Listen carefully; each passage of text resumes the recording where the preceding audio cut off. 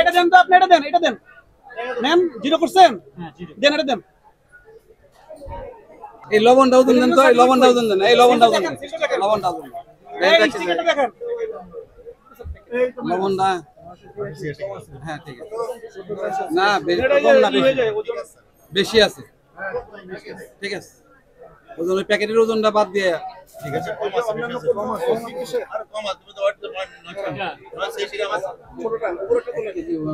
লেখা উঠলো 90 ইঞ্চি, তার মানে কি?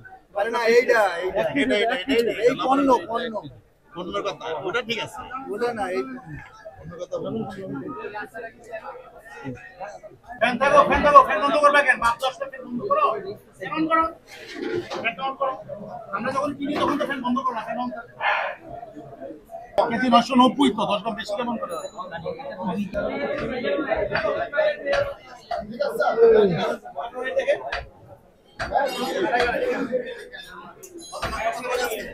পাল্লা এই অবস্থা কেন? পাল্লা চেঞ্জ করবা। ও 10 গ্রাম কম দিচ্ছ, 10 গ্রাম কম হচ্ছে না। মূল্য চার্ট কই? কে দেয় নাই?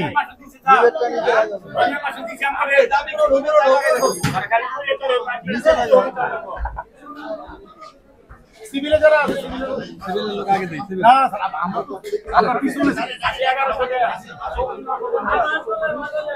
অবৈধ পণ্য, মানহীন পণ্য বাজারজাতের একটা প্রবণতা বেড়ে যায়। সে জিনিসটি এই ব্যবসাটা যেন দুষ্ট চক্রের হাতে চলে না যায়, এজন্যই মূলত আমরা কাজ করছি এবং মানে চেষ্টা করছি। আর আমি আপনাদেরকে ধন্যবাদ জানাই, কারণ আপনারা এই যে মিডিয়ার মাধ্যমে কথাগুলো উপস্থাপন করছেন, এটি কিন্তু হাজার মানুষের মাঝে একটা জনসচেতনতা সৃষ্টি করবে।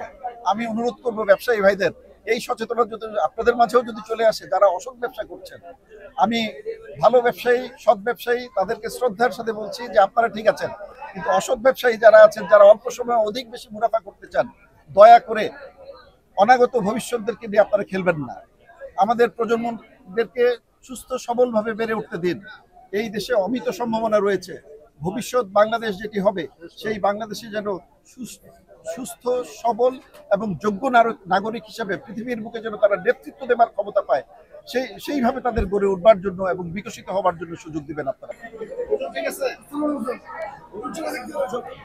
দামটা ঠিক আছে তো?